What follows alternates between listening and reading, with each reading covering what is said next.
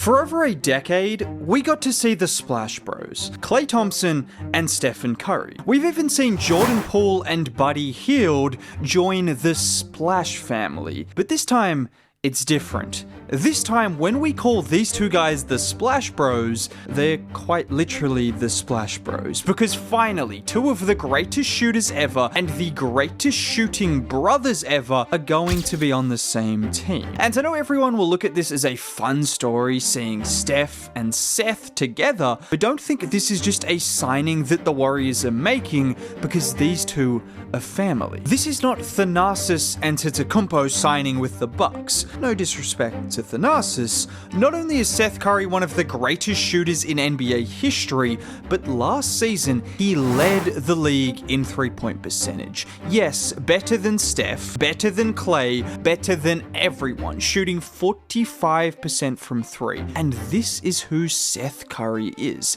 And after the slowest start to the offseason ever, after everyone was questioning if Mike Dunleavy Jr. was alive, if the Warriors were going to have 15 players on the roster in the span of one day, the Warriors have re-signed Gary Payton II, they've added Al Horford, DeAnthony Melton, and Seth Curry, and now Jonathan Kuminga has re-signed as well. You can laugh at the age of this Warriors roster, but one thing you can't do is say they got worse. Because no matter how you look at it, the Warriors improved this offseason, and considering they had the third best record in the NBA after trading for Jimmy Butler, I think it's safe to say the Dubs are still a team the NBA has to be cautious of. And let's talk about Seth Curry. Now, I should probably start by mentioning he won't officially sign with the Warriors until November because of cap constraints. So if you have seen the news of him being cut, he will be re-signed a month later. That's just how it works. And just talking about Seth as a player, it was only a few years ago when he was seen as one of the most sought-after shooters in the league, averaging over 12 points on 43% from three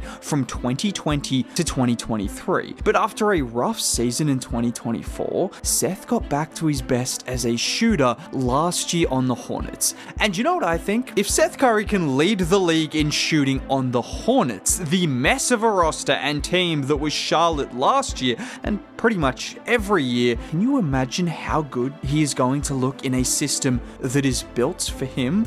I mean, it's quite literally built for his brother. Just watch a play like this, where Seth starts out as the screener to free up Nick Smith Jr. He puts the ball on the floor, collapsing the defense, and look who is relocated back to the top of the key for the three. Or here with the classic Warriors action, with Diabate setting the pin down for Seth to curl into the pass from Solon, and it's effortless. And obviously you guys can see it, but you see the difference between a good shooter and a great shooter with the pace at which they can catch the ball and shoot. There is no hesitation, there is no second to slow down. We've seen it with Buddy, Klay, and Steph, and Seth Curry is exactly the same. What makes these guys a cut above the rest is not only do they make shots more efficiently than all of the rest, but they can get their shots off in so many different situations. And for Seth, that goes beyond just making shots off the ball. You can also give him the ball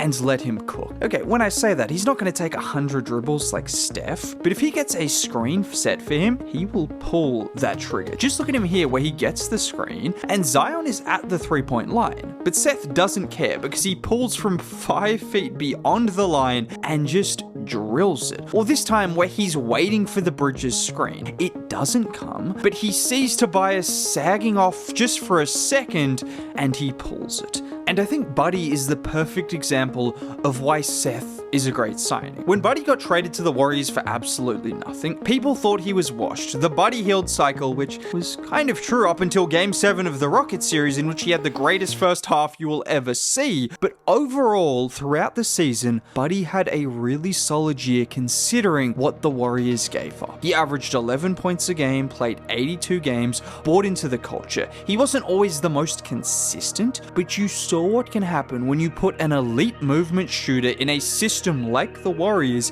even at an older age. And I think we should expect the same from Seth. And another thing he does really well, which the Warriors and his brother love to do, is get out in transition and shoot the ball in transition. This is something that a lot of people hate, and don't get me wrong, there is a time and place to take a transition three, but there are also players so good at shooting that they should take it whenever they get the chance. And actually, it's really useful to have those elite shooters running the floor in transition, because we've seen it with Steph that teams are so worried about picking him up in transition that sometimes Draymond or even Kevin Durant, we would see Kevin Durant run straight to the rim because teams wanted to guard Steph at the three-point line in transition. No one scares defenses like Steph, but Seth Curry certainly has his own gravity as a shooter, and that's going to open up a world of spacing. And what I love about this signing is it gives the Warriors balance and options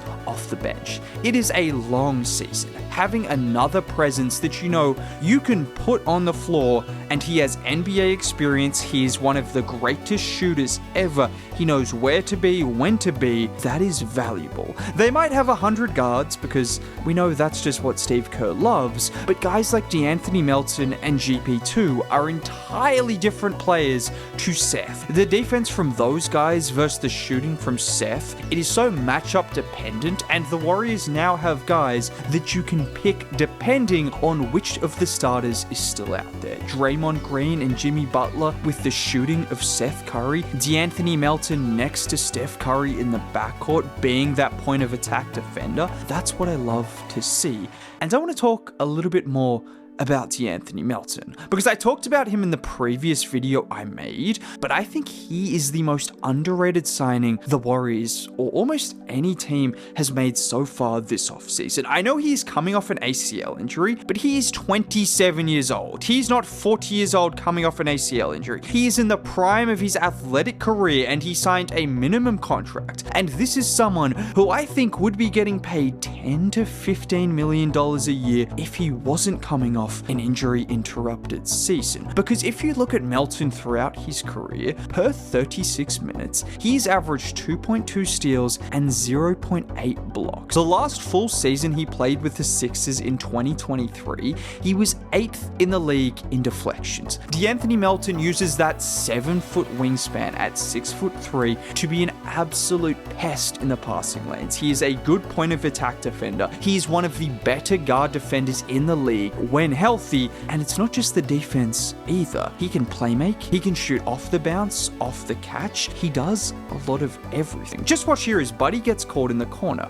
Melton comes to the ball, Looney then sets the screen for him, and with Moody stepping up, look at the perfect dime to Loon for the easy two. This does remind me a little bit of when the Warriors signed Otto Porter Jr., and people saw the injuries before and they wrote him off. We all know how Otto Porter Jr. performed for that Warriors team. Now, those are high expectations, but I really believe in DeAnthony Melton being an incredible signing for this Dubs team. Now, I think I'll save the Jonathan Kuminga re-signing for a bit later, but if you want to hear my thoughts on Al Horford and why I think he's perfect for the Warriors, click here. If you want to see more content like this, subscribe to the channel, dropping a like would be cool. Most importantly, have a great day.